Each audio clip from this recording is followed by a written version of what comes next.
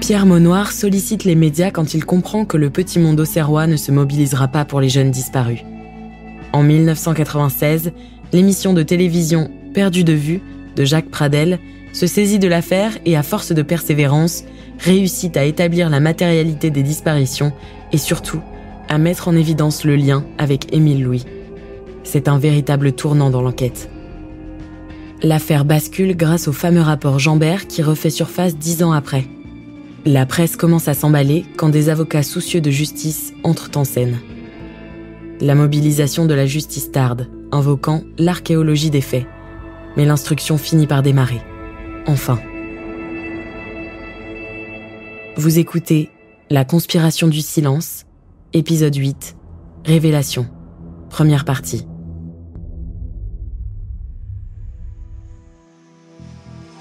Je travaille à ce moment-là pour une émission qui s'appelle Perdu de vue, présentée par Jacques Pradel. Stéphane Minca, journaliste. En prime time, chaque mois. En fait, le principe de l'émission est, comme son nom l'indique, de retrouver des gens.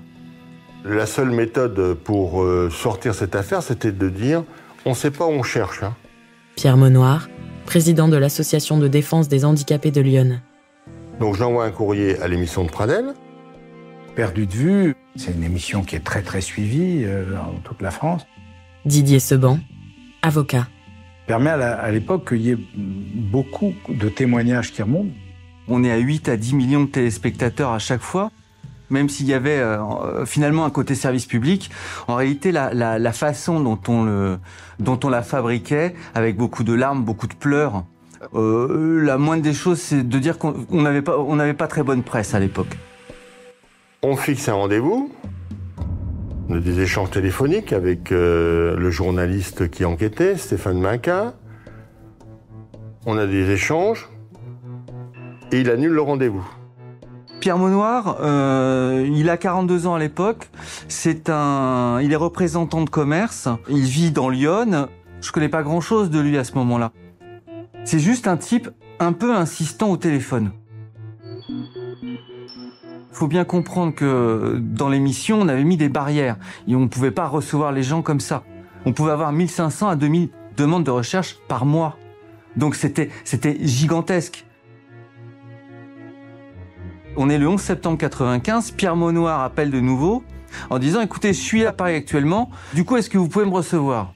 Je partais de Lyon et je lui ai dit « Écoutez, je suis très embêté, je suis à Paris, j'ai déjà un rendez-vous avec certains de vos confrères, donc j'ai un peu bluffé, mais bon. » J'apprendrai par la suite, évidemment, que c'était absolument faux, il n'était pas à Paris. Mais en tout cas, bon, je me dis « Allez, tant qu'à faire, autant le recevoir, quoi. » Le 11 septembre 1995, à Paris, Stéphane Minca et Pierre Maunoir se rencontrent enfin. J'arrive à Paris et donc ils m'ont reçu dehors. Dehors. Alors il y avait une esplanade, bon il faisait beau, c'était sympa, mais bon dehors. Un peu les mains dans les poches, bon alors il vient, on va pas quand même l'envoyer balader. On va avoir 1 heure de conversation, Pierre Maunoir et moi. Je sais pas s'ils m'ont fait rentrer dans un bureau à un moment donné, je me souviens plus très bien. Mais ouais, c'était très dubitatif, mais c'est normal. Il y a bien, me dit-il, 4 ou 5 filles ayant disparu. Mais en réalité, il va plutôt me faire un exposé concernant Lyon et les associations pour handicapés. Me sortant des coupures de presse, quelquefois des documents, en disant voilà, dans Lyon, on maltraite les handicapés. Regardez donc, puisqu'il y a eu ça, il y a eu ça, il y a eu ça, il y a eu ça. D'un côté, l'affaire paraît assez improbable et je vois pas très bien comment je pourrais mener ça dans le cadre de l'émission. Mais voilà, comme il y a cette espèce de schéma de 4 disparitions, manifestement un même institut médico-éducatif, je finis par lui dire, bon, il y a peut-être quelque chose à creuser. Et il a commencé il a été voir sur le terrain. Il a fait le travail. Le travail qui a été fait par le journaliste qui a préparé cette émission et puis par l'équipe de Jacques Pradel est vraiment sérieux. Enfin, en tout cas, c'est un travail d'identification des victimes. On les avait pas toutes à l'époque. D'ailleurs, il commence avec 4 noms seulement. Maintenant que j'ai les noms, prénoms et dates de naissance, je peux travailler. Je demande un extrait d'acte de naissance sur ces jeunes filles disparues. Ces extraits racontent la vie de quelqu'un. Il y a les mariages, les divorces, les adoptions. Ces extraits d'actes de naissance me reviennent vierges. Quand je dis vierge, c'est-à-dire que ces filles ne se sont pas mariées, donc n'ont pas manifesté de vie depuis qu'elles ont disparu. Ensuite, je vais tenter ma chance auprès d'un organisme qui s'appelle la Cotorep, qui gère les pensions des personnes handicapées. En fait, elle a rien. Donc, ça devient un peu plus sérieux. Là, je vais faire appel à un deuxième contact dans une caisse de retraite qui lance la recherche sur les 4 noms et ne trouve rien. Donc, des handicapés mentales qui ne touchent ni pension et ne travaillent pas, c'est pas normal. Pour savoir ce qu'elles sont devenues, en fait, j'ai pas d'autre choix que de rechercher les familles. J'ai 4 noms de famille, mais c'est Lemoine, Marlot, Gras et De Juste. Autant appeler tous les Dupont de France, quoi. Enfin, voilà. Les recherches, il faut comprendre qu'on est en 95. J'ai pas Internet. Moi, j'ai un Minitel. Hein. Et ça dure quelques jours, ça. Et je vais avoir du bol.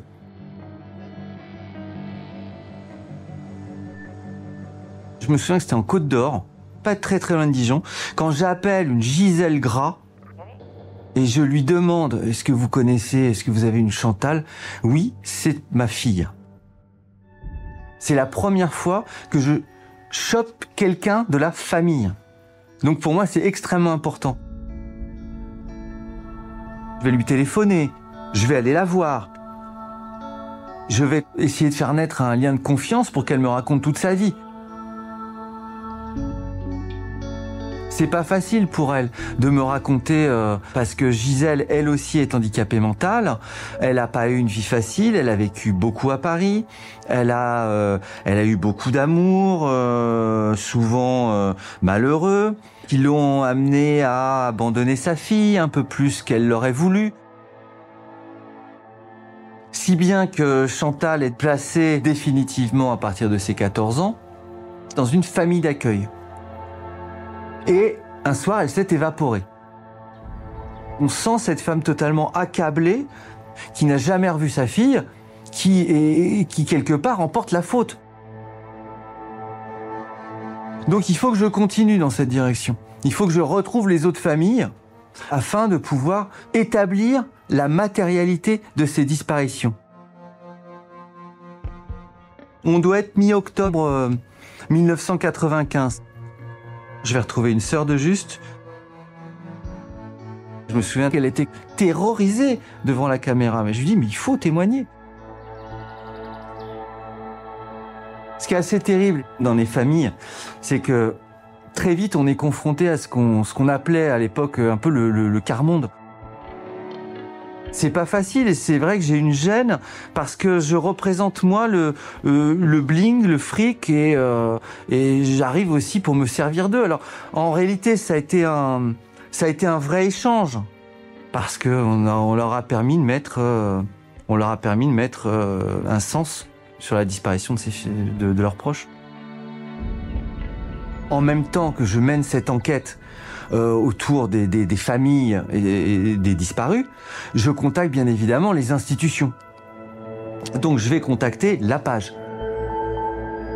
On va directement me passer le patron, parce que j'appelle de TF1 quand même, j'ai un peu de respect, mais je vais me faire pourrir la gueule par un type qui s'appelle Georges Décupert, qui va m'incendier en me disant « Qu'est-ce que vous ramenez ces espèces de rumeurs surtout, ne parlez pas de ça ».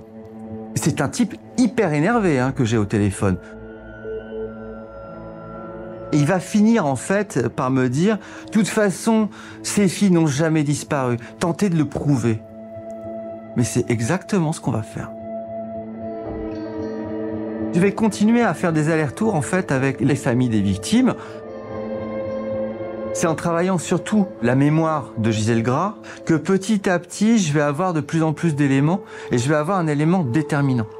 Gisèle Gras va finir par me raconter qu'elle allait de temps en temps rendre visite à sa fille et que pour ce faire, elle prenait le car. Elle se souvient bien du chauffeur parce qu'il n'arrêtait pas de la draguer. Et plus fort que ça, c'est-à-dire que Gisèle Gras finit par se souvenir. Le chauffeur de car affirme à Gisèle qu'à 18 ans, sa fille partira. C'est pas possible, c'est pas un chauffeur de car qui lui dit ça. Et je finis par demander à Gisèle Gras, mais vous vous souvenez du nom? Et elle me dit, il s'appelle Émile Louis. Ça me tilte. Le nom me tilte. Je sais plus pourquoi à ce moment-là. Et en fait, en rentrant au bureau, je vais très vite retrouver les premiers documents que m'avait donné Pierre Maunoir lors de notre première et unique rencontre.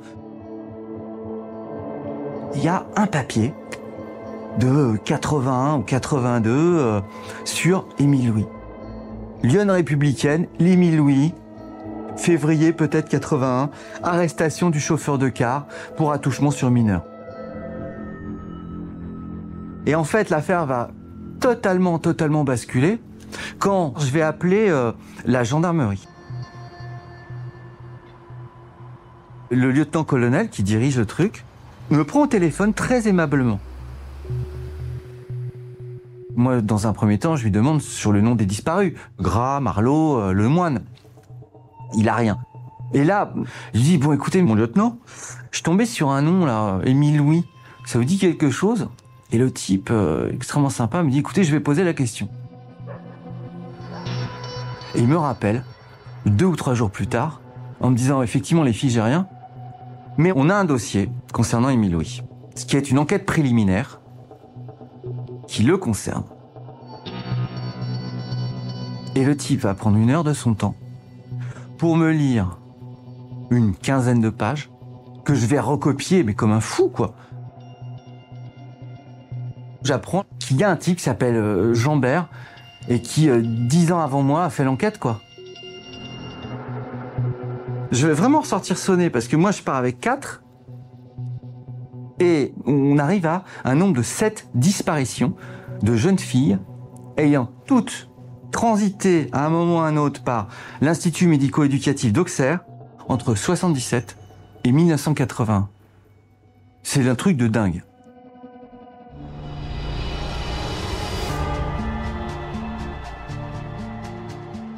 Vous venez d'écouter La conspiration du silence. Si vous avez aimé ce podcast, vous pouvez vous abonner sur votre plateforme de podcast préférée et suivre Initial Studio sur les réseaux sociaux.